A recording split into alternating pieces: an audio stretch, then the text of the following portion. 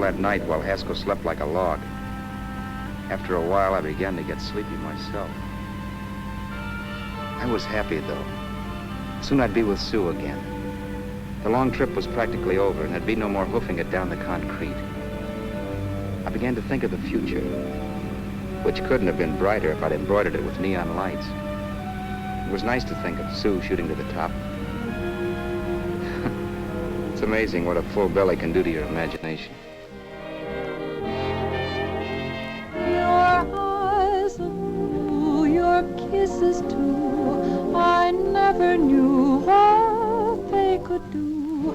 I can't believe that you're in love with me. You're telling everyone you know I'm on your mind each place you go. I can't believe that you're in love with me.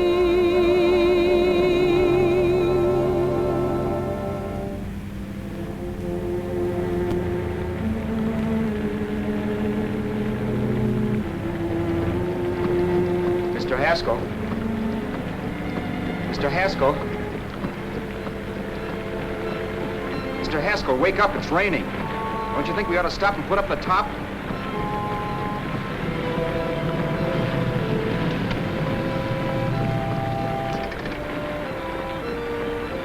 Mr. Haskell, I'm gonna put up the top.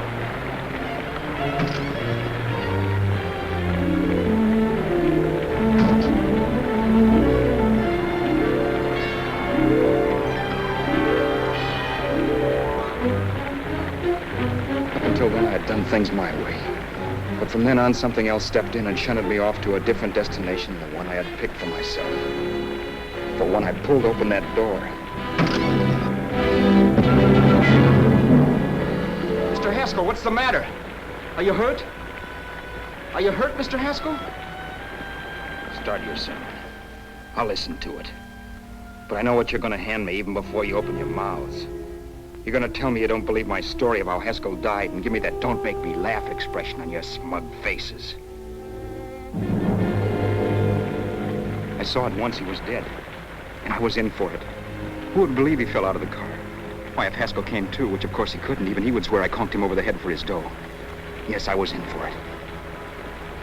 Instinct told me to run, but then I realized it was hopeless. There were lots of people back down the road who could identify me. That gas station guy and the waitress. I would be in a worse spot then, trying to explain why I beat it.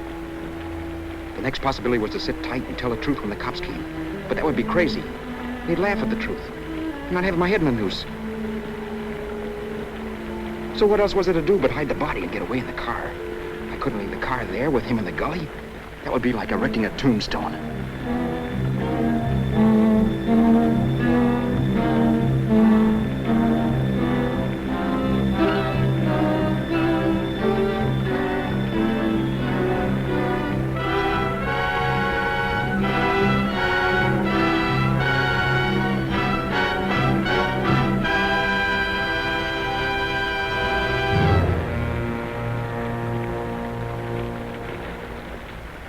My idea was to cover him with brush, not to rob him. But then I remembered that even if I only drove the car for 100 miles or so, I would need money for gas. Besides, it was stupid of me to leave all that money on a dead man. Not only that, I'd have to take his driver's license in case I was stopped for something. I didn't like to think about it, but by that time I'd done just what the police would say I did, even if I didn't. My clothes. The owner of such an expensive car would never be wearing them. Some cop might pull me in on suspicion.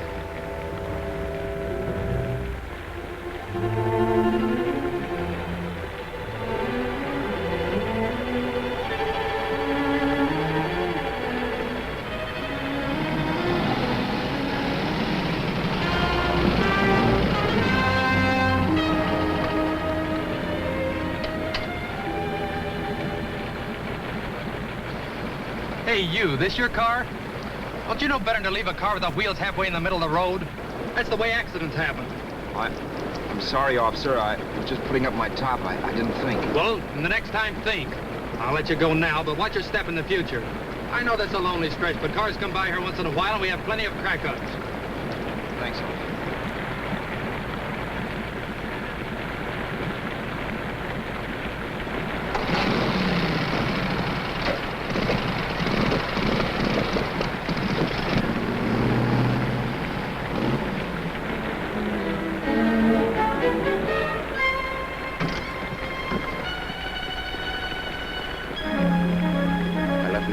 car to give me away as Roberts.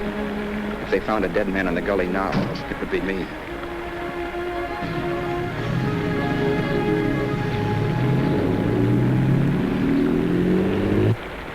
As I drove off, it was still raining, and the drops streaked down the windshield like tears.